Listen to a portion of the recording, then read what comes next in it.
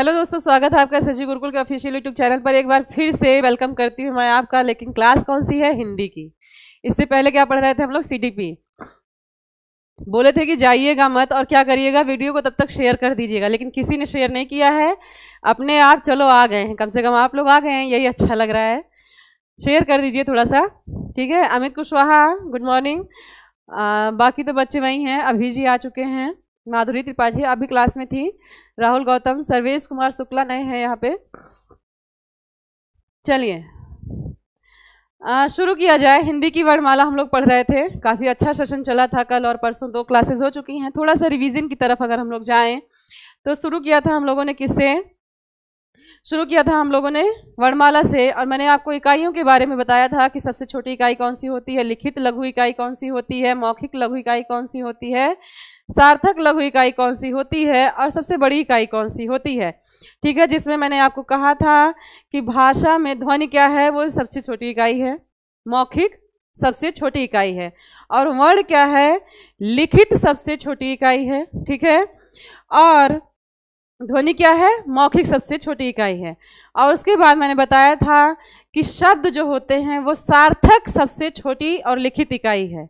इसके बाद मैंने आपको बताया था कि जो वाक्य होते हैं पूरे पूरे, जो कई शब्दों से मिलकर बनते हैं, वो क्या कहलाते हैं, वो सबसे बड़ी इकाई होते हैं, ठीक है।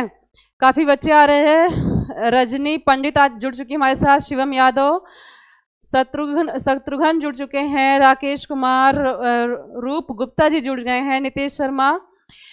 स्वागत है आप सबका। सबसे पहले तो सबको गुड मॉर्निंग, ठीक है। और क्लास हिंदी की है तो ज़रूरी है कि आप लोग क्लास में बने रहिएगा, तभी मज़ा आता है। अभी इससे पहले का जो सेशन हुआ है बहुत ही अच्छा रहा।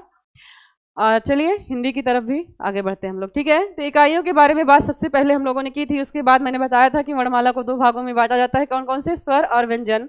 जिसमें से स्वर की जब बात की गई थी तो कहा गया था कि कितने स्वर होते हैं? 11। और मात्राएं कितनी हैं? 10, क्योंकि छोटे आ की कोई मात्रा नहीं होती है, ठीक है। उसके बाद मैंने आपको बताया था कि स्वरों को अगर वर्णमाला में हम लोग क्या करें, वर्णमाला को अगर हम बांटें तो लिखित रूप में वर्ण कितने हो सकते हैं और मौखिक रूप में वर्ण कितने हो सकते हैं। ये भी मैंने आपसे कहा था कि 2 प्रकार से, क्योंकि लिखित रूप में जो वर्ण होते हैं वो क्या है, टोटल 52 है। लेकिन मौखिक रूप में जो वर्ण होते हैं वो क्या है, टोटल 33। वो कैसे? वो इस तरीके से, क्योंकि जो 11 स्वर हैं वो तो लिखित मौखिक दोनों में है, लेकिन जब हम लोग व्यंजनों में जाते हैं तो मुख्य रूप से जो 33 व्यंजन है वही हमारे मौखिक व्यंजन है। और 33 व्यंजनों को छोड़ने के बाद जो हमारे बाकी का संयुक्त व्यंजन और द्विगुण व्यंजन और आयोग वह है, वह क्या होता है, लिखित वर्णमाला में आता है, ठीक है। तो लिखित वर्णमाला इन सब के जुड़ने से 52 हो जाती है और मौखिक वर्णमाला आपकी कितनी रह जाती है? 44, ठीक है। 33 और प्लस 11, ठीक है। उसके बाद हम लोगों ने स्वर की बात की थी। कहा था कि स्वर क्या है, एक ऐसी ध्वनि है जिसके उच्चारण में किसी की सहायता नहीं लगती है ना। और ये होते कितने हैं, कितने प्रकार के होते हैं? ह्रस्व स्वर और दीर्घ स्वर हिंदी में मुख्य रूप से 2 होते हैं। वैसे अगर नॉर्मल बांटा जाए तो 3 होते हैं, है ना। चलिए लगातार बच्चे आ रहे हैं। दिलीप शुक्ला स्वागत है, तेजपाल यादव जी जुड़ चुके हैं हमारे पास, ओम प्रकाश रजक जी जुड़ चुके हैं, very good morning to all of you. और दिलीप शुक्ला जी हमारे साथ जुड़ गए हैं, आदेश गुज्जर जुड़ चुके हैं, माधुरी त्रिपाठी। हाँ, समझ में आ रहा है ना? रिवीजन चल रहा है, जितना पढ़ाया है वो थोड़ा सा रिवाइज कर दें। तो बताया था कि एक मात्रिक स्वर वह होते हैं जो मूल स्वर होते हैं, जैसे आ, ई, उ और री, है ना। कितने हो गए? आ, ई, उ, री 4 हो गए। और दीर्घ स्वर कितने हैं? हिंदी में 7 हैं, क्योंकि बड़ी री का जो है कोई अस्तित्व नहीं है हिंदी वर्णमाला में। हालांकि संस्कृत में इसी तरीके से बड़ी री का ऐड कर लेते हैं तो वो क्या हो जाता है। आर के प्रजापति कह रहे हैं हम भी हैं मैम।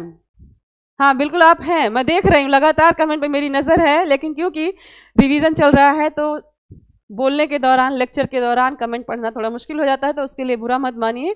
आते रहिए आप लोग, सबको मैं देख रही हूँ, ठीक है। और जैसे जैसे आप लोग आते हैं वैसे वैसे हमारी एनर्जी क्या होती है, बढ़ती चली जाती है, ठीक। तो आते रहिए। अजीत चौधरी जुड़ गए हैं, गुलाब चंद जुड़ गए हैं, अश्वनी शर्मा, ठीक है। तो देखिए मैंने बताया था कि दीर्घ स्वर हिंदी में कितने हैं? 7 हैं। कौन कौन से? आ, ई और उ, ठीक है, वो क्या है, आपका दीर्घ स्वर है। और यह क्या कहलाएगा? सजातीय स्वर, क्योंकि आ ई उ मिलके उ बनाते हैं। उसके बाद ए और ओ आपका 4 क्या है? विजातीय संयुक्त स्वर है, चाहे उसको विजातीय स्वर कहें या संयुक्त स्वर कहें, क्योंकि आ और ई मिलके ए, आ और बड़ी मिलके ए, और आ और उ मिलकर के क्या बनाते हैं? आपका ओ, और आ और बड़ा उ मिलकर के क्या बनाते हैं? ओ। ठीक है, दिलीप शुक्ला कह रहे हैं बहुत अच्छा पढ़ा रही हैं मैम आप। हाँ दिलीप जी, क्लास अच्छी ही चलेगी, बस आप लोगों का साथ चाहिए। ठीक है, औ जो है वो स्वर में शामिल है क्या? जी नहीं, औ क्या है? एक आपका व्यंजनों में ये रखा जाता है और इसे आगत स्वर तो कहा जाता है, लेकिन स्वरों में हम लोग इसकी गिनती नहीं करते हैं। ठीक है, स्वर कितने हैं? केवल 11 ही हैं। जवाहर सिंह बोल रहे हैं नमस्ते। नमस्ते जवाहर जी। चलिए, उसके बाद क्या कहा था कि ये हो गया आपका दीर्घ व्यंजन, और कहा था कि जितने भी स्वर हैं वो सारे के सारे क्या होते हैं? प्लुत हो सकते हैं, अगर उनके आगे अवग्रह या फिर हिंदी वाला 3 ये वाला निशान या फिर ये वाला निशान लगा दिया जाए तो सभी स्वर क्या होंगे? वो प्लुत बन जाएंगे। इन्हें ग्रामीण स्वर भी कहा जाता है, इन्हें नामित स्वर कहा जाता है, क्योंकि नाम बुलाने में हम लोग क्या करते हैं? चाहे किसी के नाम में छोटी ई की मात्रा हो, छोटा ऊ का मात्रा हो, नाम जब हम लोग लेते हैं तो बड़ा ऊ ही प्रयोग करते हैं, बड़ी ई ही प्रयोग करते हैं। जैसे मेरा ही नाम है ज्योति है। ठीक है, ज्योति को हम लोग लिखते कैसे हैं? ऐसे, लेकिन करते क्या हैं? बुलाते क्या हैं? ये बुलाते हैं। ठीक है, बुलाते क्या है? ये बुलाते हैं। तो क्या है, इसीलिए कहा जाता है कि जब आप किसी चीज को उसकी मात्रा से ज्यादा खींच लें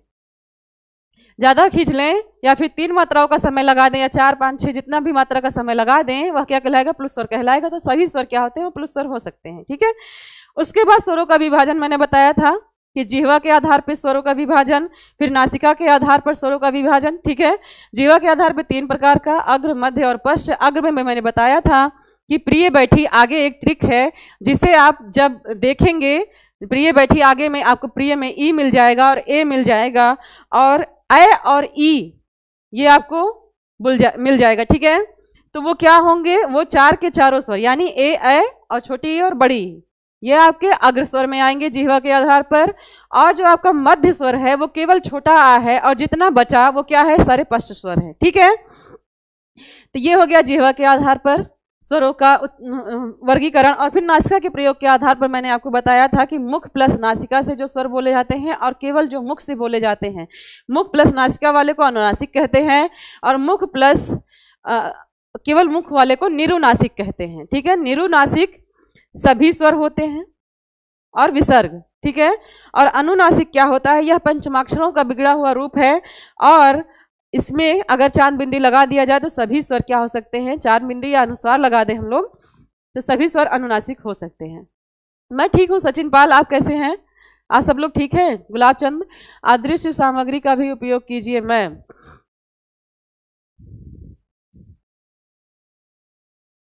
अदृश्य सामग्री समझे नहीं हम।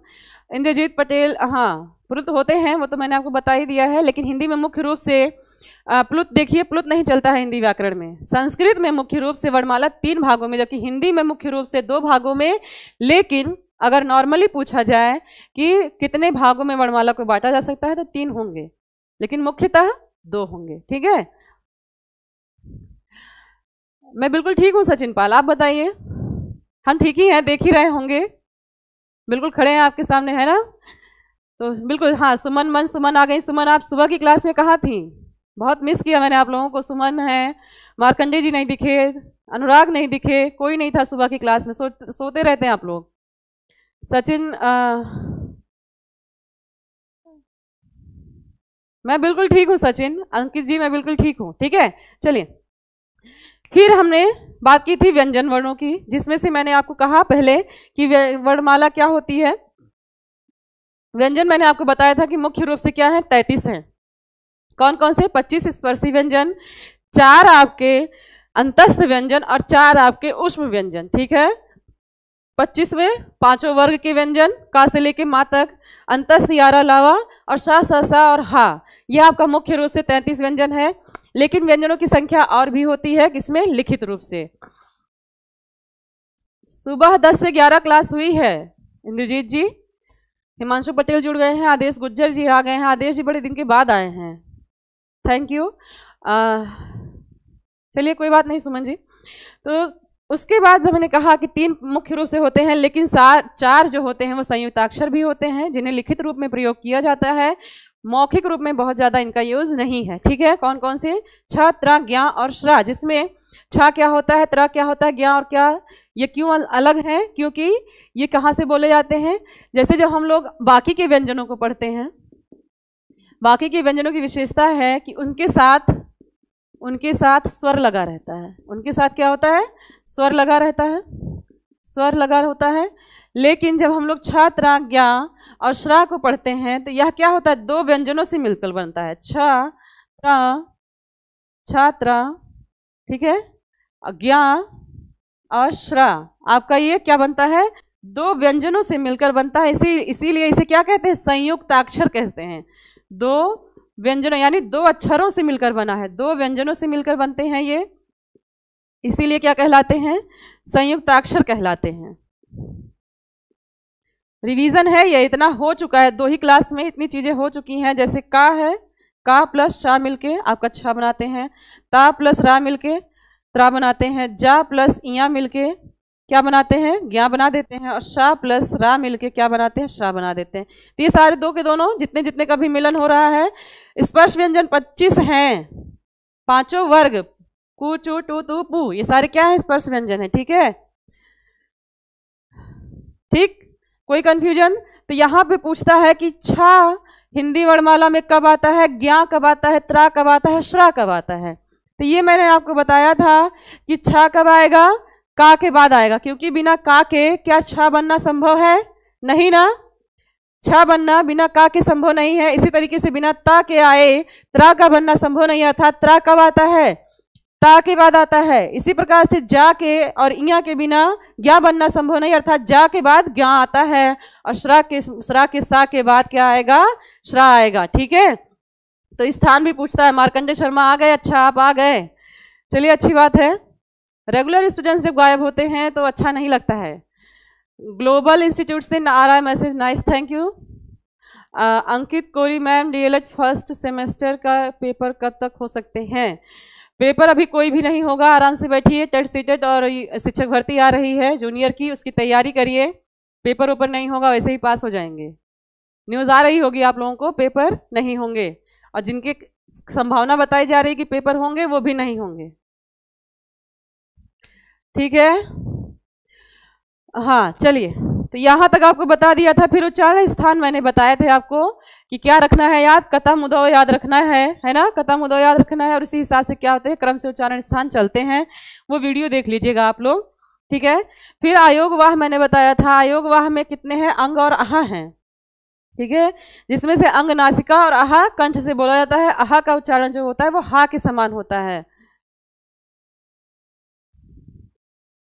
ठीक है, बिहार से हैं, बिल्कुल सही है, बहुत अच्छा लग रहा है, इतनी दूर दूर से लोग भी देखते हैं। विकारी शब्द वह होते हैं, हाँ, वचन कारक के प्रभाव पड़ता है, बिल्कुल सही है सचिन पाल, ये मैं आपको बता चुकी हूँ, कल के वीडियो में हो चुका है, देख लीजिएगा। ये तो थोड़ा रिवीजन है कि जोड़ सकूं कि क्या क्या पढ़ चुके हैं। ठीक है, सबको गुड मॉर्निंग। हाँ, कतम मुदो को याद रखेंगे और उसी के हिसाब से क्या होगा, उच्चारण स्थान चलता है। वीडियो को देखिएगा, थोड़ा सा बड़ा वो हो जाएगा इसीलिए। फिर मैंने आपको बताया था प्रयत्न के बारे में। प्रयत्न जो था वो क्या था, आंतरिक प्रयत्न और बाह्य प्रयत्न होता है कि कौन कौन से वर्णों में आंतरिक प्रयत्न होते हैं और कौन से वर्णों में बाह्य प्रयत्न होते हैं। बाह्य प्रयत्न का अर्थ ये है कि किसी वर्ण को बोलने में पहले प्रयत्न किया जाता है तब बोला जाता है। जिसमें से आंतरिक प्रयत्न से क्वेश्चन आते हैं, जिसमें मैंने आपको बताया था कि स्पृष्ट प्रयत्न होते हैं, स्पृष्ट प्रयत्न होते हैं, अर्थात जितने भी स्पर्शी व्यंजन हैं वो क्या होते हैं, स्पृष्ट प्रयत्न होते हैं। ठीक है, फिर मैंने आपको बताया था ईषत् स्पृष्ट प्रयत्न होते हैं, जिसमें अंतस्थ व्यंजनों का उच्चारण होता है। ठीक है, यश राती पंजाब में देख रहे हैं मैम, धन्यवाद धन्यवाद इतना सपोर्ट देने के लिए। ठीक है, और उसके बाद ईषत् विपरीत मैंने आपको बताया था एक प्रयत्न होता है, आंतरिक प्रयत्न होता है। इसमें क्या होते हैं, सभी के सभी शेष व्यंजन देखे जाते हैं। ठीक है, उसके बाद विपरीत और समृद्ध प्रयत्न आप जानते भी हैं कि विपरीत प्रयत्न में आ को छोड़ के सभी स्वर आते हैं। और संवृत में केवल और केवल आ आता है, ठीक है। आ का उच्चारण स्थान संवृत प्रयत्न से होता है और विवृत में आ को छोड़ के बाकी सारे स्वर आ जाते हैं। बाकी जो तीनों प्रयत्न हैं, आंतरिक तीनों प्रयत्न हैं, वो क्या है, वो आपके व्यंजनों से संबंधित हैं, ठीक है। ठीक है, याद हुआ। फिर बात करनी है आज क्या, सघोष और अघोष की भी बात मेरे ख्याल से हो चुकी है। सघोष नहीं हुआ है तो देख लीजिए, सघोष, अघोष और अल्प प्राण और महाप्राण, ये आता है क्वेश्चन, अल्प प्राण और महाप्राण। तो मैंने बता दिया था जब स्वर को पढ़ाया था तभी बताया था कि सभी स्वर क्या होते हैं, सघोष होते हैं। तो 11 स्वर लिखिए, 11 स्वर लिखिए। और उसके बाद आपका अगर संस्कृत के हिसाब से बात करें तो खर प्रत्याहार क्या होता है, वो सघोष होता है। यानी 11 स्वर प्लस खर, यानी खर यहाँ पे आप नहीं समझेंगे, कोई बात नहीं है। तो कह सकते हैं कि पहला, दूसरा और श, श और सा, ठीक है, तीनों सा और 11 स्वर मिलकर के क्या बनाते हैं, ये क्या है, ये सघोष वर्ण है। अर्थात जिनको बोलने में अंदर से एक कंपन उत्पन्न होता है और क्या है, सघोष या घोष वर्ण कहलाते हैं, ठीक है। तो ये बिल्कुल याद रखिएगा, कोई इसमें ट्रिक नहीं लगाना है। तो सघोष वर्ण हो कितने गए, 11 ये हो गए और पहले दूसरे 5 5 10 हो गए और श 3 कितने हो गए, 3 1 4 और 2 24 वर्ण हो गए आपके सघोष, ठीक है। 24 हो गए सघोष। अब अघोष कौन से हुए, यहां से पहला दूसरा सा हो चुका, 11 स्वर हो चुके, स्वर खत्म, पहला दूसरा खत्म, सा खत्म। अब बचा कौन सा, तीसरा, चौथा, पांचवा और कौन, और क्या बचा, या, र, ला, वा और हा, ये आपका बचा क्या, अघोष, ठीक है। अघोष बिल्कुल कंफ्यूज नहीं होना है। तीसरा, चौथा, पांचवा, या, र, ला, वा और हा क्या है, अघोष होगा। जो सघोष नहीं होगा वही तो अघोष होगा, ठीक।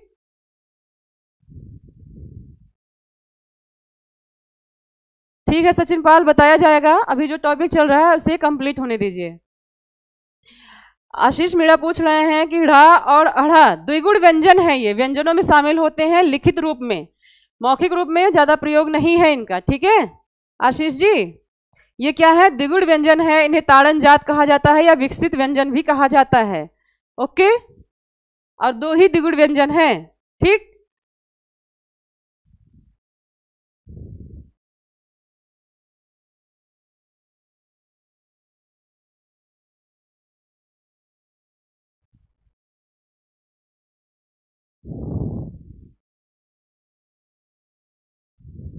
क्या उल्टा हो गया भाई, सौरभ कुमार कह रहे हैं मैम आपने उल्टा कर दिया है।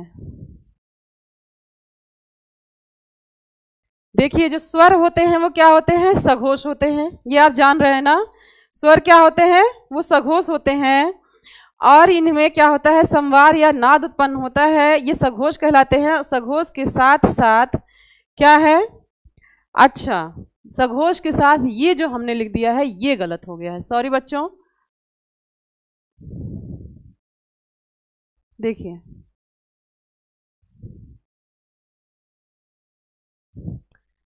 ठीक है, चलिए मान लीजिए सघोष को छोड़ते हैं। अघोष में देखिए, अघोष कौन सा होता है, स्वर तो होगा नहीं, स्वर तो होगा नहीं, ठीक है। हाँ, तीसरा, चौथा और पांचवा आपका किस में आएगा, सघोष में आएगा, ठीक है।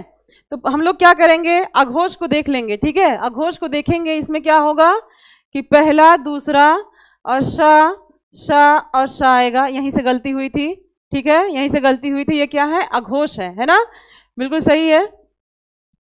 फ्लो में क्या होता है, कुछ हो जाती हैं गड़बड़ियां, तो उसके लिए माइंड मत करिएगा, ठीक है। तो ये क्या होंगे, अघोष होंगे। और इसको छोड़ने के बाद जो भी बचेगा 3 4 5 और बाकी का शेष व्यंजन, ठीक है, शेष व्यंजन अर्थात या, र, ला और वा और हा, ये क्या होगा आपका, सघोष हो जाएगा, ठीक है।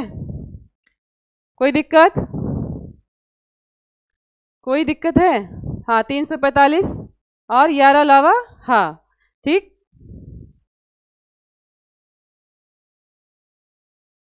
ठीक है ना, क्लियर, ठीक है। इसके बाद इसी तरीके से अल्प प्राण और महाप्राण आपसे पूछे जाते हैं।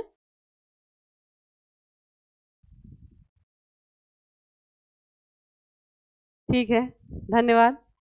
और देखिए अल्प प्राण और महाप्राण, ठीक है, ऐसे पूछा जाता है। तो अल्प प्राण और महाप्राण में हम लोग देख लेंगे, अगर एक कोई क्लियर है तो दूसरा वाला अपने आप क्लियर हो जाएगा। ठीक है, दूसरा वाला क्या होगा, अपने आप क्लियर हो जाएगा।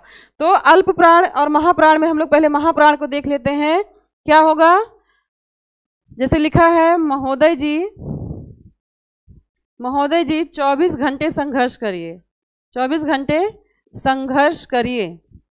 मान लीजिए यह ट्रिक है, ठीक है। तो यहाँ पे वर्ड कौन कौन सा दिख रहा है, दूसरा और चौथा, ठीक है, दूसरा और चौथा। और संघर्षी व्यंजन, संघर्षी व्यंजन, ठीक। तो 24 घंटे यानी कि दूसरा और चौथा, अर्थात ख और घ, ठीक है। और इसी तरीके से चलेगा लगातार पांचों वर्गों का। और संघर्षी व्यंजन में कौन से, श श श, ठीक है, श श श और हा आपका क्या होगा, वो संघर्षी व्यंजन है। तो कितने हो गए महाप्राण, 5 हो गया दूसरा, और 5 हो गया कौन सा, चौथा। और उसके बाद 4 आपके संघर्षी व्यंजन कितने हो गए, 14, ठीक है। अब जो शेष बचा, इसके अलावा जो शेष बचा वो क्या हो जाएगा, वो क्या हो जाएगा, शेष जो 19 वर्ण होंगे, शेष जो 19 वर्ण होंगे वो क्या होंगे, अल्प प्राण होंगे, अल्प प्राण होंगे। बहुत ढेर सारी ट्रिक्स हैं सघोष अघोष अल्प प्राण महाप्राण याद करने की, लेकिन मुझे लगता है कि ये सबसे इजी है। दोनों में से एक को आप याद रखिए, बाकी कुछ भी पीछे उसका जस्ट अपोजिट होगा, ठीक है। जैसे कि सघोष में चाहे सघोष को याद कर लीजिए या अघोष को याद कर लीजिए, बाकी सारा सघोष हो जाएगा। अगर ऐसी तरीके से आपने इसको ध्यान दे दिया कि महोदय जी 24 घंटे संघर्ष कर रहे हैं, यानी महोदय कौन है, महान है, यानी महाप्राण है। और 24 दूसरा चौथा, और संघर्ष क्या है, श श सा और हा। उसके बाद अलावा कुछ भी ऑप्शन में होगा वो क्या होगा, अल्प प्राण होगा, ठीक है। हाँ, फिर देखिए हम लोग पढ़ रहे थे क्या, शब्द, संज्ञा और सर्वनाम। ये कल छूट गया था, ये क्या हुआ था, कल छूट गया था। इसे मैं बहुत क्रिटिकली नहीं मैंने समझाया है, अगर मैं चाहती तो पूरा आधा 1 घंटे का वीडियो इसी पे बना देती, लेकिन मेरा मकसद ये नहीं है कि लंबा से लंबा आप लोगों को यहीं पे रुलाया जाए। मकसद ये है कि कम समय में ज़्यादा पढ़ा दिया जाए, ठीक है। समझ में आ गया, डन, आगे बढ़े।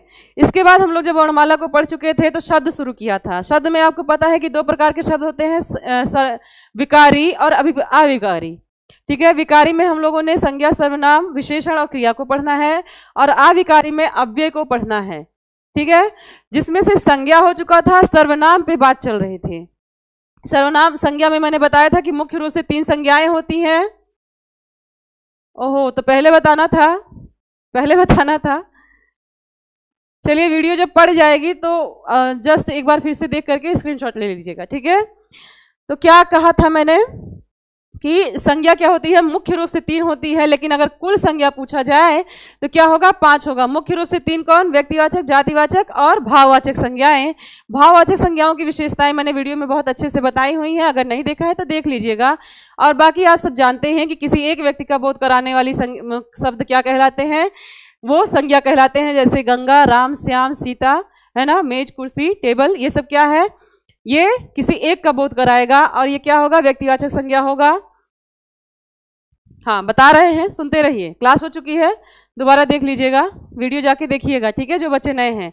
और फिर मैंने आपको बताया था कि जातिवाचक संज्ञा में क्या होगा, जो शब्द क्या होते हैं, एक संपूर्ण जाति का बोध कराते हैं। जैसे क्या, जैसे नदी है, पर्वत है, लड़का है, लड़की है, मतलब लड़की इन द सेंस कोई भी लड़की हो सकती है, सीता, गीता, रीता, मीता, लड़का है, राम, श्याम, घनश्याम, राकेश, मोहन, कुछ भी हो सकता है। और नदी है यानी कि गंगा, यमुना, सरस्वती, कुछ भी हो सकती है।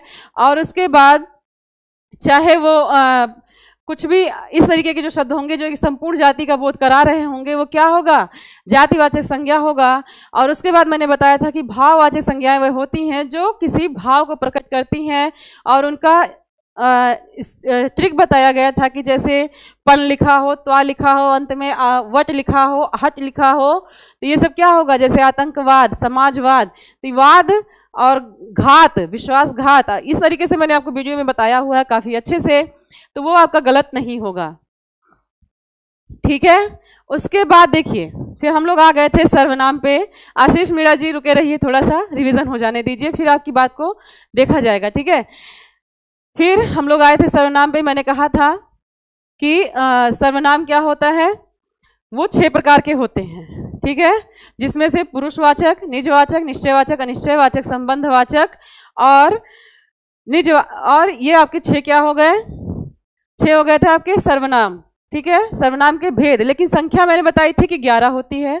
सर्वनामों की जब संख्या पूछी जाएगी, भेद कितने हैं, भेद बताया था कि 6 हैं। ठीक है, जो भी था वीडियो देखिएगा। और सर्वनाम की संख्या बताई थी कितनी, 11। 11 में कौन कौन सी, 11 में कौन कौन सी बताइए, मैं या तुम, मैं या हम। ठीक है, मैं या हम,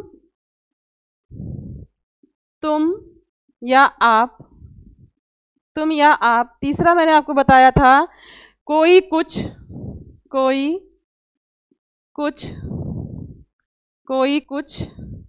पांचवा था आपका कौन क्या, कौन क्या। छठा था, ठीक है, कौन क्या। इसी तरीके से और सर्वनाम आपके थे आप, यानी जो निजता का सूचक है, क्या है, आप। यहाँ पे यह स्वयं के लिए, और वहां पे किस लिए आप था, यहाँ पे सम्मान के लिए आप था। यानी कि तुमको जब कोई बड़ा व्यक्ति होता है तो हम लोग क्या कहते हैं, सम्मान में आकर के आप कह देते हैं। मैम 12 नहीं होते हैं, सर्वनामों की संख्या क्या है, 11 है। ठीक है, देख लीजिए कैसे, यह वह जो सो, यह वह जो और सो, 9 10 11, टोटल 11 सर्वनाम हैं। और यही सर्वनाम है, इन्हें देख लीजिएगा अच्छी से। ठीक है, ठीक है, थैंक यू सचिन पाल जी। फिर मैं बात करना था आज किस पे, सर्वनाम के और रूपों पे बात करना था कि कब हम लोग अगर किसी वाक्य में सर्वनाम लिखा है तो कैसे समझ पाएंगे कि यह सर्वनाम है। जैसे सर्वनाम लिखे तो होते हैं शब्द, लेकिन उनकी कंडीशन होती है कि कब वो सर्वनाम होंगे, कब वो विशेषण होंगे और कब वो अव्यय का काम करेंगे। रूबी गुप्ता,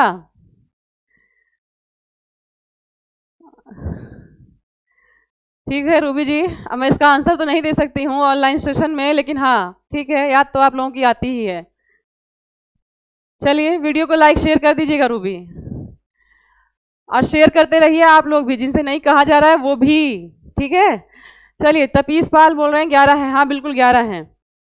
अब आज हमें पढ़ना था कि एक कंडीशन होती है सर्वनामों को पहचानने की, सर्वनाम कब होंगे। मतलब अगर वाक्य में सर्वनाम लिखा है शब्द, जैसे 11 सर्वनामों में से कुछ भी लिखा है, तो वह कब सर्वनाम हो सकता है। हाँ बिल्कुल सही लिखा है, किसने लिखा है, सौरभ कुमार ने।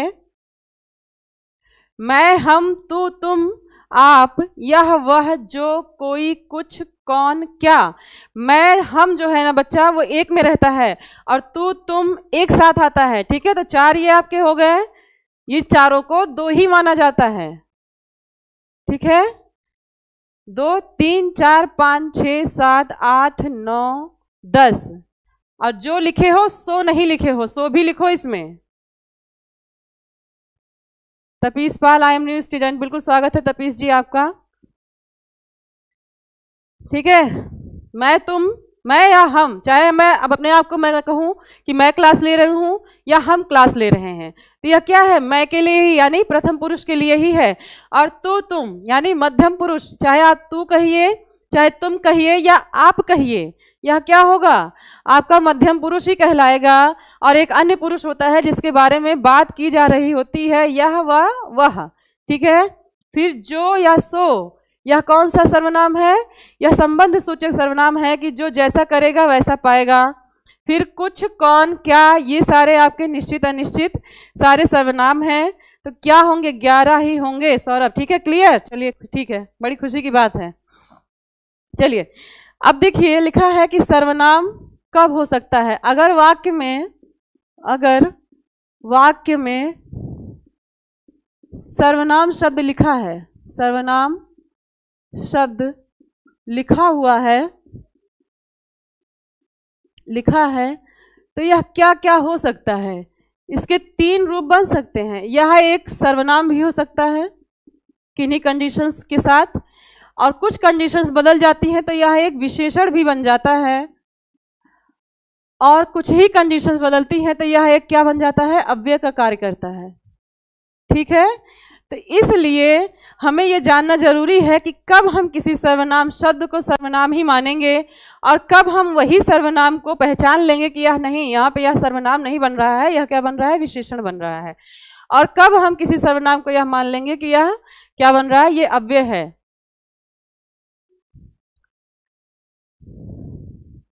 वेलकम रूबी जी, नीरज तिवारी जुड़ गए हमारे साथ, वेलकम है सर आपका। ठीक है,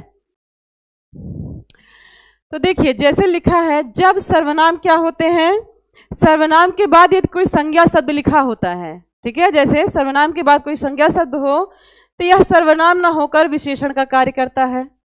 क्या कह रही हूं मैं, जब सर्वनाम के बाद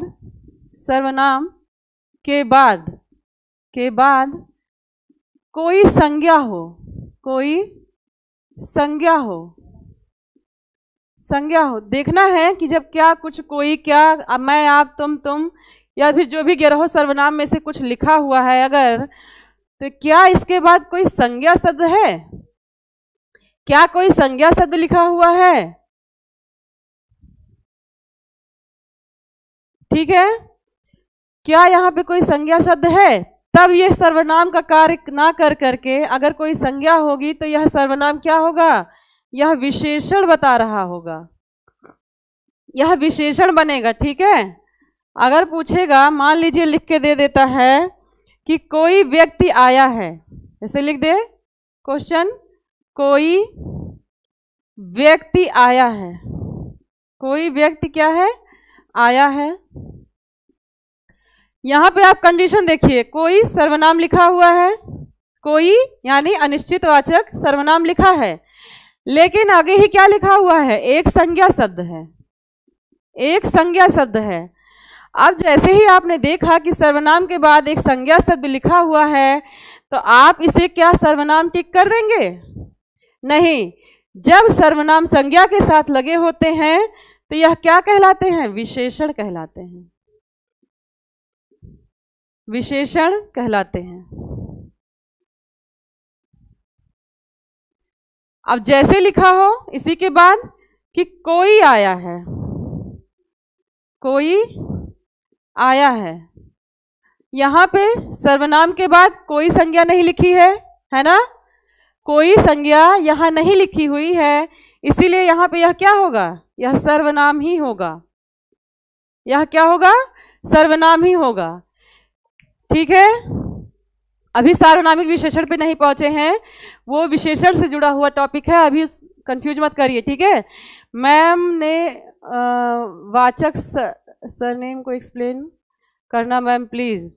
निजवाचक, निजवाचक वह होते हैं जहां पे लिखा होता है कि जैसे निज यानी आप, स्वयं, आप है निजवाचक का सर्वनाम।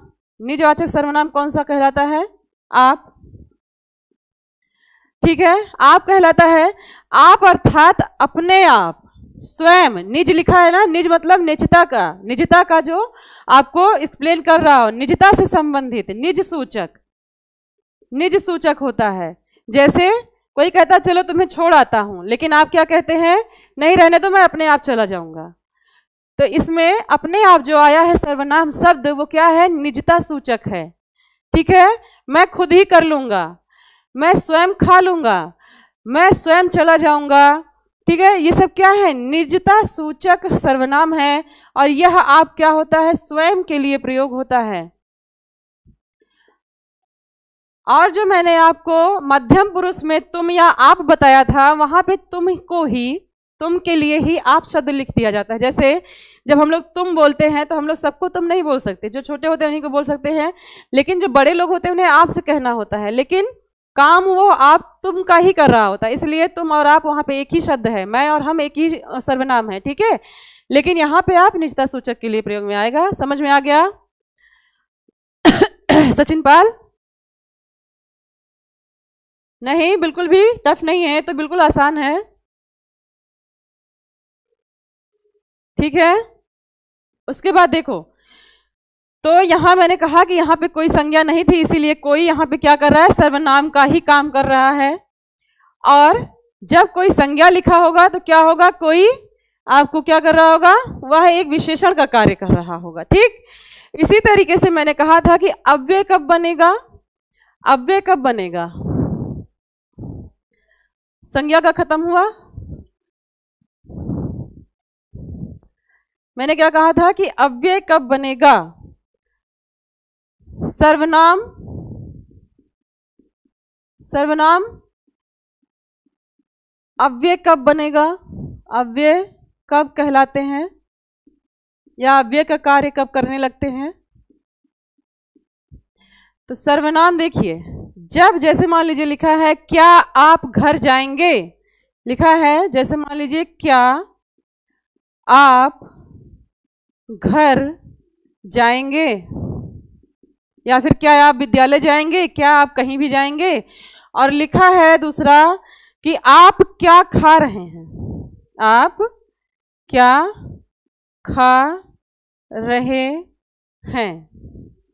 देखिए यहां पे जो आप लिखा हुआ है वह किसी के नाम के स्थान पर प्रयुक्त हो रहा है। रामू पांडे जी कह रहे हैं मैं न्यू स्टूडेंट हूं, बिल्कुल स्वागत है रामू जी, क्लास करिए और आपको 100% ये है कि आपको लाभ मिलेगा, ठीक है, आपको लाभ मिलेगा क्लास से, और जुड़े रहिए हमारे साथ, देखते रहिए कि क्या चल रहा है, ठीक है। सर्वनाम चल रहा है, तो देखिए कह रहा है कि क्या आप घर जाएंगे और क्या आप क्या खा रहे हैं। यहाँ पे अर्थ है कि आप क्या खा रहे हैं, इन द सेंस व्यक्ति को पता नहीं है कि क्या ये खा रहा है, और ये पूछ रहा है क्या आप घर जाएंगे, अर्थात ये जो आप शब्द आया है यह किसी के नाम के स्थान पे आया है, यह किसी के नाम के स्थान पर आया है, ठीक। तो जब किसी के नाम के पहले कोई अव्यय सर्वनाम लिखा होता है, जब किसी के नाम के पहले सर्वनाम लिखा होता है तो वह क्या कहलाता है, वह सर्वनाम अव्यय बन जाता है, ठीक है, क्योंकि सर्वनामों का प्रयोग कहाँ होता है, नाम की जगह पे होता है, ना कि नाम से पहले, ठीक है। तो यहाँ पे क्या होगा, नाम के स्थान पे, यानी आप लिखा हुआ है और उससे पहले सर्वनाम आया है, तो यह क्या कहलाएगा, अव्यय कहलाएगा। देख लीजिएगा, बहुत ध्यान से जाइएगा। और आप क्या खा रहे हैं में, यह क्या कहलाएगा, आप सर्वनाम कहलाएगा, ठीक है, सर्वनाम कहलाएगा, क्योंकि यहाँ पे कोई भी नाम या कुछ नहीं है, ठीक है। छोटे लाल जुड़ गए हमारे साथ, बिल्कुल मैम, थैंक्स। राहुल हंसारी कह रहे हैं मैम साइंस सीटेट की क्लास कब से होंगी। सीटेट की पेडागॉजी ही आपको पढ़ाई जाएगी और बाकी का आप तैयार रखिएगा, ठीक है, क्योंकि 15 नंबर की जो पेडागॉजी होगी वो मैं ही कंप्लीट कराऊंगी। बाकी के वीडियोस के लिए, बाकी की जानकारी के लिए आप जो भी जीएस का हमारा बैच चलता है उसे देख लीजिएगा। तो ये हुआ सर्वनामों को पहचानने का तरीका, समझ में आया कि नहीं आया, आया, डन बोलिए जल्दी से। देखिए सोहन नारायण जी जुड़ चुके हैं, काफी लगातार बच्चे आ रहे हैं नए नए, यानी कि वीडियो शेयर हो रहा है, ठीक है। जैसे लिखा हो, मैंने कहा कि क्या आप घर जाएंगे, क्या आप घर जाएंगे, अर्थात मान लीजिए मैंने किससे पूछा है, किससे पूछ लिया, किसने क्वेश्चन पूछा था, हाँ, मान लीजिए मैंने रूप से पूछा कि क्या आप घर जाएंगे, तो यहाँ पे रूप को मैं आप भी कह सकती हूँ और रूप भी कह सकती हूँ। रूप क्या आप घर जाएंगे, यानी रूप क्या घर जाओगे, तो ये भी हो सकता है। और जैसे मान लीजिए लिखा हो कि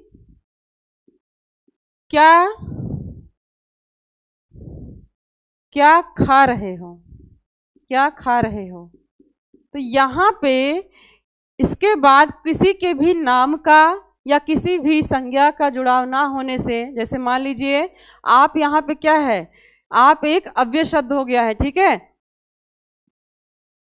आप क्या है, एक अव्यय शब्द हो गया। इसके पहले क्या लिखा हुआ था, यह क्या क्या कहलाएगा, किसी के नाम से पहले क्या लिखा है, इसीलिए यह क्या कहलाएगा, अव्यय कहलाएगा, अव्यय कहलाएगा। और यह किसी के भी नाम से पहले नहीं लिखा है, इसीलिए यह क्या कहलाएगा, एक सर्वनाम कहलाएगा। तो इस तरीके से पहचान लीजिएगा, ठीक है। चलिए समझ में आ गया, अच्छी बात है। ध्यान देना है कि जब सर्वनाम शब्द किसी के नाम से पहले लिखा होगा तो क्या कहलाएगा, अव्यय। लेकिन जब सर्वनाम के बाद कोई नाम नहीं होगा तो क्या कहलाएगा, सर्वनाम ही कहलाएगा। ठीक इसी तरीके से अगर सर्वनाम के बाद कोई संज्ञा शब्द लिखा होगा तो सर्वनाम सर्वनाम नाम होकर के विशेषण का कार्य करेगा, और उसी सर्वनाम के बाद जब कोई संज्ञा शब्द नहीं होगा तो वह क्या होगा, सर्वनाम ही कहलाएगा। ठीक है, प्रियंका बघेल डन, बिल्कुल डन है। चलिए, तो ये सर्वनाम आपका खत्म हुआ कि भेद 6 होते हैं, क्या होता है, कैसे होता है, 11 संख्याएं होती हैं, कैसे पहचान लेना है। आर के प्रजापति जी कह रहे हैं ओके, ठीक है, आप लोग समझ में आ जाए मेरे लिए यही अच्छा बात है। मैम आज पता चला हिंदी कितनी इंपॉर्टेंट है। तभी सवाल किसी भी पेपर के लिए, TET CTET UP triple SC जो कुछ भी होता है वो क्या होता है, हिंदी से बहुत ज़्यादा नज़दीकी होती है। चाहे आप आरओ दीजिए, कुछ भी दीजिए, कोई भी पेपर, पीसीएस, आईएएस, सब में क्या है, हिंदी की ज़रूरत है। ठीक है, हिंदी, क्योंकि आप हिंदी भाषी राज्य देश में हैं, इसीलिए हिंदी आपको जानना ही जानना है, उसके बिना कोई काम नहीं होने वाला है। ठीक है, दीपक कश्यप भी जुड़ चुके हैं, आर के प्रजापति जन कह रहे हैं, जुनैद आलम कह रहे हैं बहुत अच्छा क्लास रहा, धन्यवाद जुनैद जी। चलिए, अब जो हमें पढ़ना है वो अगला क्या है, विकारी शब्द अपना विशेषण है।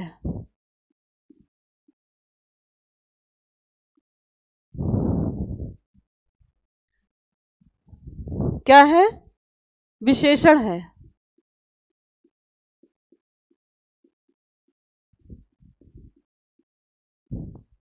क्योंकि विशेषण पे भी क्या होता है, काल लिंग वचन का प्रभाव पड़ता है। हाँ, हिंदी साहित्य क्लास होगी यश रत्ती, हिंदी साहित्य क्लास भी मैं ही लूंगी आप लोगों की।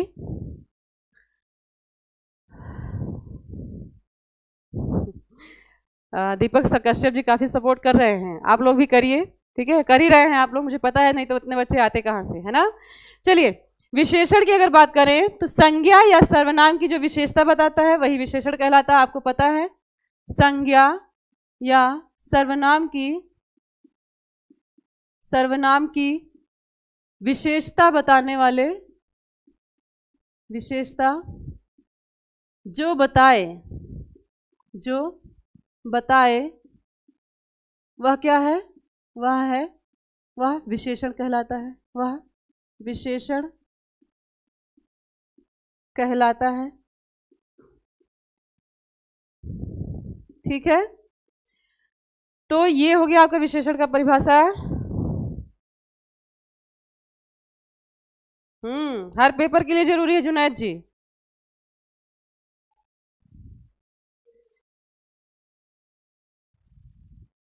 हिंदी साहित्य क्लास अभी होगी, व्याकरण चल रहा है ना, व्याकरण कंप्लीट करके मेरे साथ होगी, इसी टाइम पे होगी। ठीक है, पूरा यूपी ट्रिपल एससी में जितना भी साहित्य पूछा जाता है वो आपको कंप्लीट करा दिया जाएगा, और अच्छे से अच्छा आपको मुहावरा और लोकोक्तियां वगैरह से बहुत क्वेश्चन आता है। सुरभि पाल, धन्यवाद सुरभि जी।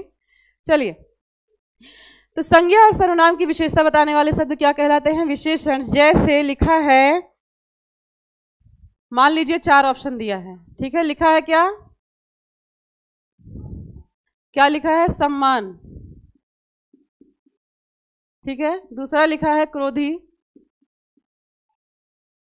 तीसरा क्या लिखा है, तीसरा लिखा है आपका साहस, और चौथा लिखा है ऑप्शन प्रेम, चाहे मान लीजिए घृणा लिखा हुआ है, घृणा। ठीक है, तो बताइए इनमें से विशेषण कौन सा हो सकता है, इनमें से विशेषण कौन सा है, बताइए विशेषण शब्द कौन सा है। बहुत आसान क्वेश्चन है। विशेषण आज तक हम लोग सर्वनाम पढ़ते ही आ रहे हैं, संज्ञा पढ़ते ही आ रहे हैं, विशेषण पढ़ते ही आ रहे हैं। थैंक यू मार्कंडे जी। विशेष भी बताया जाएगा। गुड मॉर्निंग मैम है, सोनी राठौर मैम है, सर नहीं। हाँ, रूप गुप्ता बता रहे हैं कि क्रोधी। देखते हैं, पीडीएफ के ऊपर काम किया जा रहा है, अगर रेडी हो जाएगी तो जरूर दिया जाएगा, अभी से मैं कमिटमेंट नहीं कर सकती हूँ, ठीक है। हाँ, क्रोधी होगा, क्योंकि देखिए सम्मान, अर्थात सम्मान क्या है, एक भाव सूचक शब्द है। यह कोई ना तो संज्ञा है ना सर्वनाम है। जैसे इसी के स्थान पे लिखा होता सम्मानित, सम्मानित लिखा होता, तो यह शब्द क्या कह रहा है, यह किसी संज्ञा और सर्वनाम की विशेषता को प्रकट करने वाला शब्द बन जाता है। इसी तरीके से लिखा होता साहसी, तो साहसी क्या कहलाता है, एक विशेषण शब्द कहलाता है, अर्थात पता चल रहा है साहसी है तो कोई महिला या कोई व्यक्ति या कोई पुरुष हो सकता है, ठीक है। उसी तरीके से क्रोधी लिखा है, तो क्रोधी में आप जाने रहे हैं क्रोधी व्यक्ति या क्रोधी महिला, क्रोधी बालक, क्रोधी लड़की लड़का जो भी है, तो वह क्या कहलाएगा, क्रोधी क्या होगा, आपका एक सही ऑप्शन है। और इसी तरीके से घृणा, जैसे घृणित लिखा होता, घृणित व्यक्ति, तो वह क्या होता, ये भी एक विशेषण हो जाता। तो क्रोधी इन द सेंस किसी व्यक्ति को बताया जा रहा है, किसी व्यक्ति की विशेषता बताई जा रही है कि यह व्यक्ति क्या है, क्रोधी है, तो वह क्या होगा, क्रोधी होगा, यानी अर्थात संज्ञा या सर्वनाम की विशेषता बता रहा है, ठीक। तो बिल्कुल सही ऑप्शन था। उसके बाद देखिए कुछ प्रश्न बनता है आपका कि विशेषण और विशेष क्या होते हैं, विशेषण और विशेष क्या होते हैं, थोड़ा सा ब्रीफिंग कर लेंगे, उसके बाद भेद वगैरह पढ़ेंगे, ठीक है। पहले जाने कि क्या होता है विशेषण, तो आप जानेंगे क्या होता है विशेषण, और विशेष से भी क्वेश्चन आता है।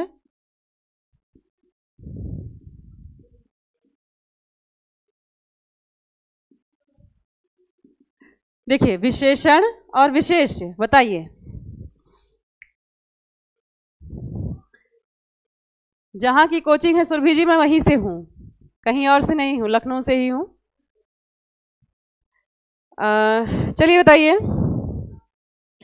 देखिए विशेषण क्या होता है, विशेषण को हम कह सकते हैं जैसे व्यक्ति के बारे में बताया गया कि वह क्रोधी है, ठीक है। और विशेष क्या होता है, विशेष वो होता है जिसे क्रोधी कहा जा रहा है, वह क्या होगा, जैसे कह दूं कि महेश क्या है, महेश क्या है, महेश क्या है, क्रोधी है। जैसे कह दूं कि महेश क्या है, ये क्या है, क्रोधी है, यानी महेश की विशेषता हो गई क्रोधी, और महेश क्या हुआ, विशेष, अर्थात जो कुछ बताया जाए, जो कुछ बताया जाएगा, बताया जाएगा, यानी जो भी विशेषता बताई जाएगी वह शब्द क्या कहलाएगा, विशेषण कहलाएगा, विशेषण। और जिसकी विशेषता, अर्थात महेश की विशेषता बताई जा रही थी यहाँ पे, तो यह क्या होगा, विशेष्य होगा। मतलब जिसके बारे में बताया जाए वह क्या होता है, विशेष्य होता है। जिसके बारे में बताया जाए वह क्या होगा, आपका विशेष्य होगा। अर्थात जिस व्यक्ति की विशेषता बताई जा रही हो वह क्या कहलाएगा, विशेष कहलाएगा, और जो कुछ उस व्यक्ति के बारे में बताया जा रहा है वह क्या है, विशेषण है, ठीक है। कोई कंफ्यूजन? प्रियंका बघेल पूछ रही हैं 10:30 से 11:30 से 12:30 टाइमिंग है प्रियंका जी। सुबह 10 से 11 मेरी सीडीपी की क्लास होती है, पेडागोजी की, और 10:30 से 11:30 क्या क्लास होती है, हिंदी की। और इसके जस्ट बाद अभी संस्कृत भी पढ़ेगा आप, मतलब वो तो रात में पढ़ता है, लेकिन हाँ रिकॉर्ड हो जाती है वीडियो, ठीक है। तो जो जो पढ़ना है सब पढ़िए मेरे साथ, जो आप कहिए वो हम पढ़ा देंगे, ठीक है। बिल्कुल सही कह रहे हैं आशीष, ठीक है।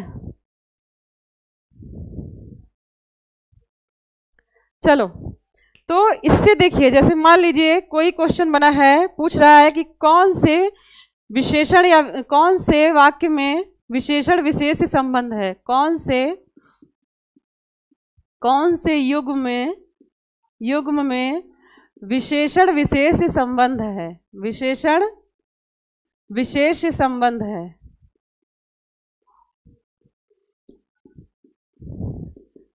संबंध है, थोड़ा थोड़ा इन्हें समझ लीजिए, परिभाषाएं इनकी, फिर हम लोग आगे बढ़ेंगे। ऑप्शन नंबर 1 लिखा हुआ है जैसे दिन रात, दिन रात। दूसरा लिखा है ताजा फल, ठीक है। तीसरा लिखा है श्वेत पत्र, श्वेत पत्र, और चौथा लिखा है क्या, लाल हरा। थोड़ा सा स्पीड कम किए हैं, अगर बोर हो गए होंगे तो बताइएगा, तो बढ़ा देंगे। हम सोच रहे हैं कि अच्छे से समझ में आ जाए, जिनका पहला दिन है वो भी अच्छे से समझ लें।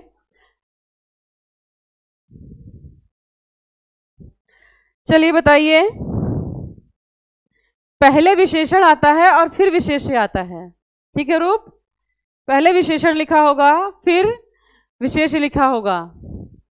लड़िए मत आप लोग।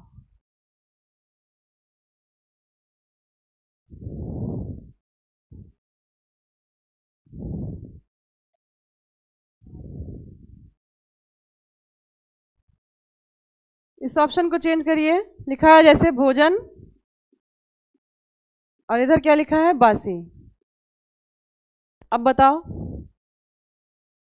कौन सा ऑप्शन सही होगा?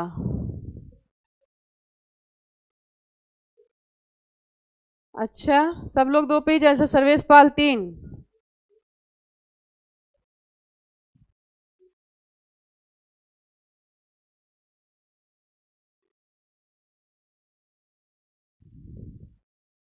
जो लोग 3 ऑप्शन दे रहे हैं वो बिल्कुल सही दे रहे हैं, क्योंकि मैंने क्या कहा कि विशेषण पहले आता है और फिर विशेष्य आता है। क्या होता है? विशेषण पहले आता है। विशेषण क्या होगा? वाक्य में पहले लिखा होगा, और विशेष क्या होगा? बाद में लिखा होगा। तो इस पर भी जरा ध्यान दीजिए, ठीक है?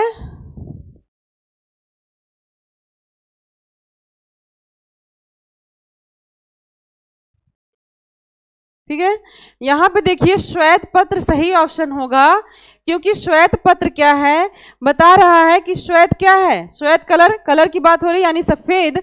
यह क्या है? एक विशेषण शब्द है। और पत्र क्या है? पत्र के बारे में बोला जा रहा है, अर्थात यह विशेष्य है। तो विशेषण और विशेष्य की कंडीशन को सबसे अच्छे तरीके से जो फॉलो कर रहा है वह यही फॉलो कर रहा है, ठीक है? हाँ, ये शुभांशु सर की कोचिंग है, एसएसजी गुरुकुल। ओके, देखो क्या पूछ रहे हैं आप लोग। घोड़ा क्या है? काला है। घोड़ा क्या है? काला है। तो इसमें आपको ये नहीं पूछेगा कि विशेषण विशेष संबंध क्या है, ठीक है? इसमें आपको यही पूछेगा कि विशेषण कौन सा है। यानी घोड़ा यहाँ पे क्या है? संज्ञा या सर्वनाम है, ठीक? संज्ञा है मान लो। और काला क्या है? यहाँ पे विशेषण है, क्योंकि यह घोड़े की विशेषता बता रहा है। यह इससे बहुत ज़्यादा निकट संबंधित नहीं है, ठीक है? तो ये अलग बातें हैं, ये जो मैंने पहले बताया था वहाँ पे ये ऑप्शन लागू होता। और यहाँ पे क्या होगा? पहले आप देखिएगा कि विशेषण शब्द लिखा हो, अर्थात जो कुछ बोला जा रहा हो और जिसके बारे में बोला जा रहा हो जस्ट उससे चिपक के लिखा हुआ हो, ठीक है? ये जो हिंदी का बैच चल रहा है ये सब के लिए है। 2 और 3 दोनों नहीं सही होगा। देखिए मैंने क्या लिखा था, भोजन वासी लिखा था ना, भोजन वासी लिखा था, अर्थात क्या क्या यहाँ पे अगर ये बासी भोजन होता, बासी भोजन होता, ठीक है, तो बासी क्या हो रहा है? बासी क्या होगा? विशेषण क्या होते हैं? जो संज्ञा है सर्वनाम की विशेषता बताएं, तब तो यहाँ पे विशेषण है, यानी कि क्या है? भोजन बासी है। और भोजन क्या है? भोजन के बारे में कहा जा रहा है, अर्थात यह क्या है? विशेष्य है। तब ये सही होता। अब भोजन बासी लिखा है इसलिए ये सही नहीं है। क्लियर? क्लियर? ठीक है, चलिए इसी तरीके से आपसे क्वेश्चन बनता है कि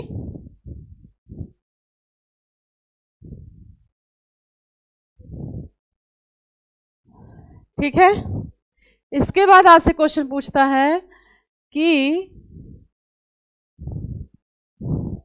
उद्देश्य विशेषण क्या होते हैं।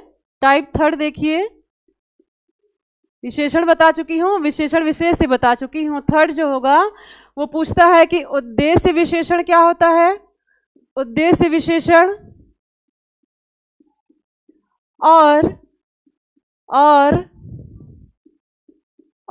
विधेय विशेषण क्या होते हैं, और विधेय विशेषण क्या होते हैं।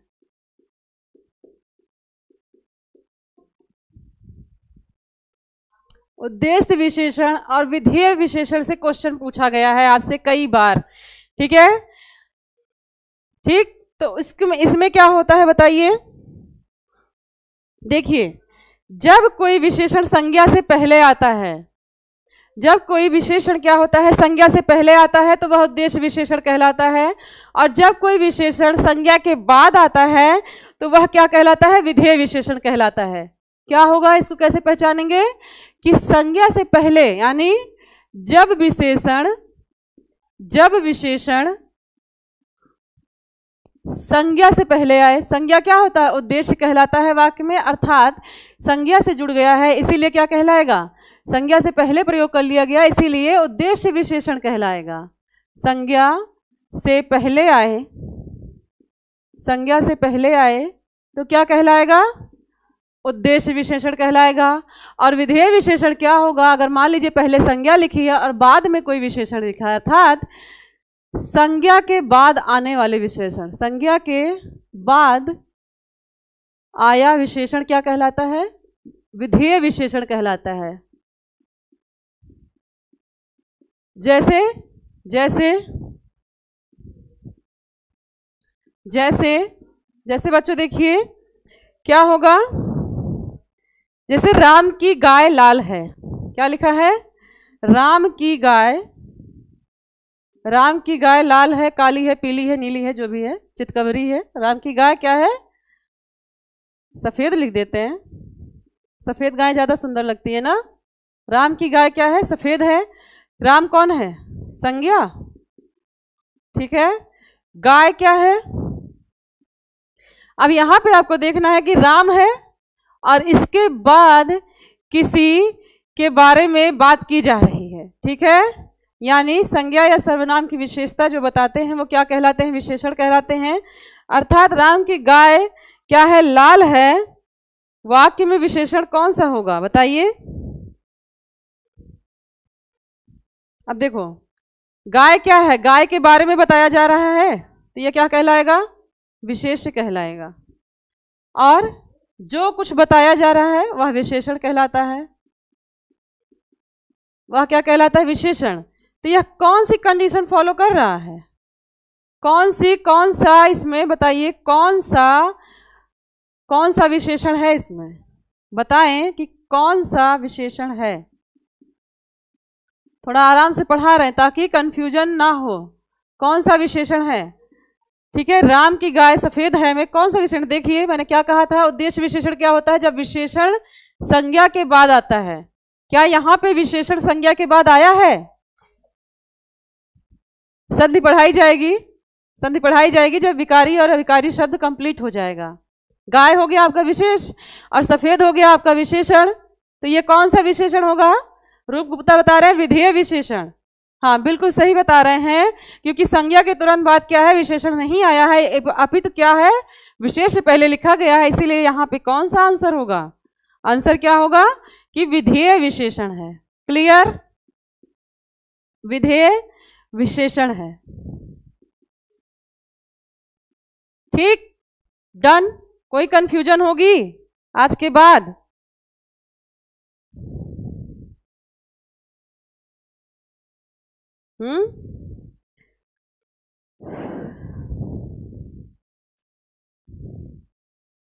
ठीक है।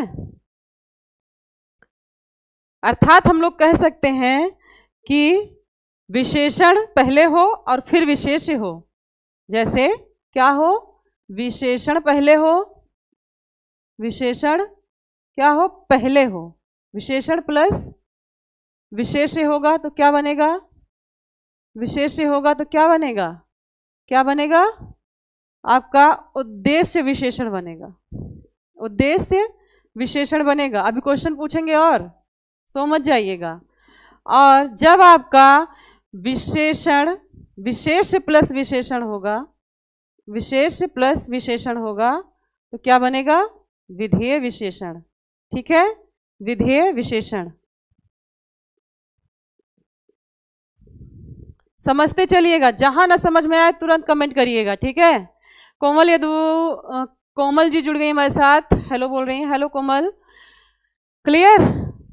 उद्देश्य विशेषण और विधेय विशेषण फंसेगा क्या? नहीं ना।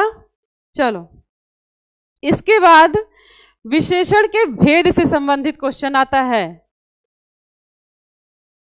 ठीक है, विशेषण के भेद से संबंधित क्वेश्चन आता है।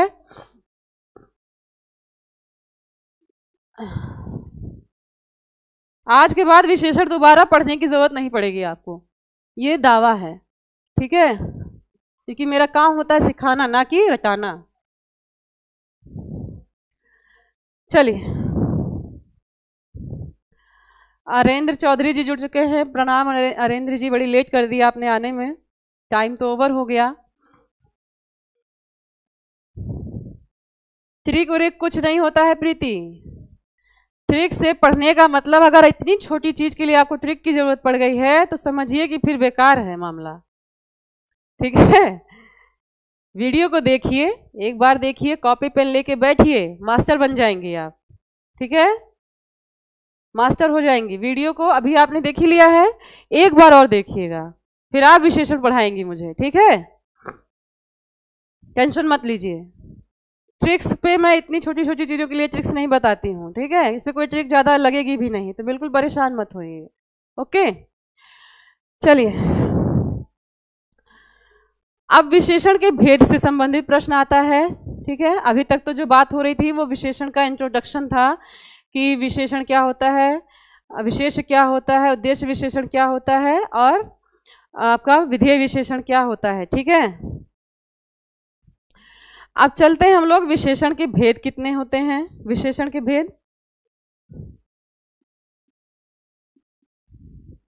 विशेषण का भेद हमारा अगला होगा।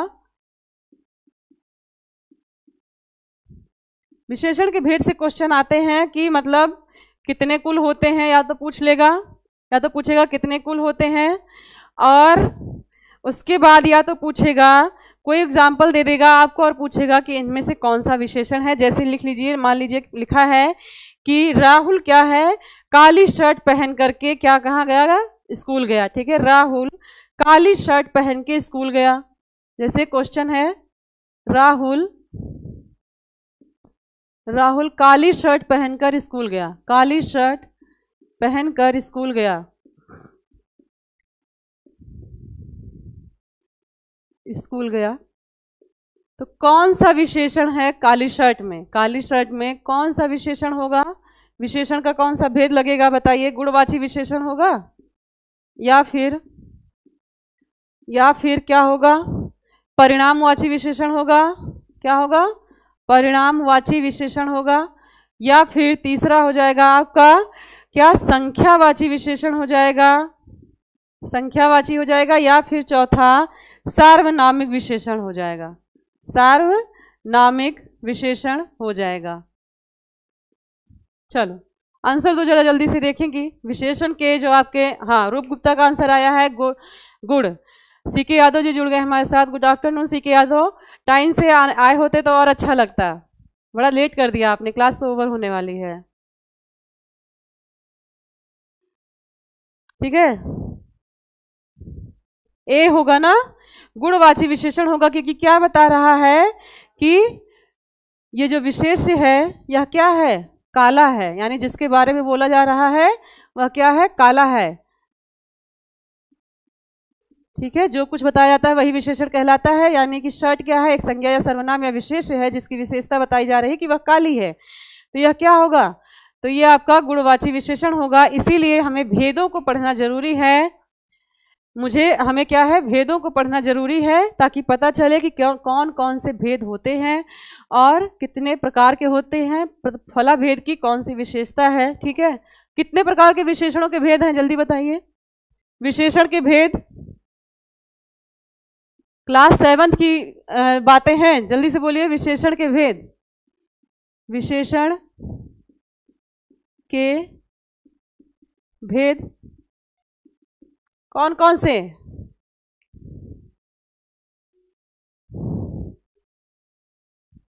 कोई बात नहीं, रूप क्वेश्चंस मिलेंगे अभी जब मॉक टेस्ट होगा, खूब आपके मन भर के क्वेश्चन देंगे। ठीक है,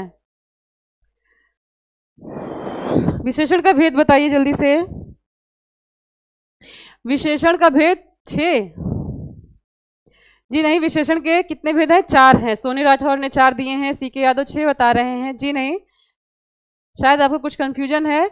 विशेषण के 4 भेद होते हैं। कौन कौन से? सार्वनामिक विशेषण होता है, संख्यावाची होता है, परिणामवाची होता है और गुणवाची विशेषण होता है। कौन कौन सा?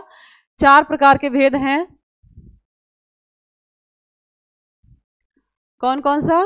सार्वनामिक विशेषण, बहुत क्वेश्चन बनता है यहां से। सार्वनामिक विशेषण से बहुत क्वेश्चन बनता है, खूब भर भर के क्वेश्चन आते हैं, ठीक है। और दूसरा है आपका कौन सा? संख्यावाची विशेषण, संख्यावाची विशेषण। और तीसरा है आपका परिमाणवाची विशेषण, परिमाणवाची विशेषण।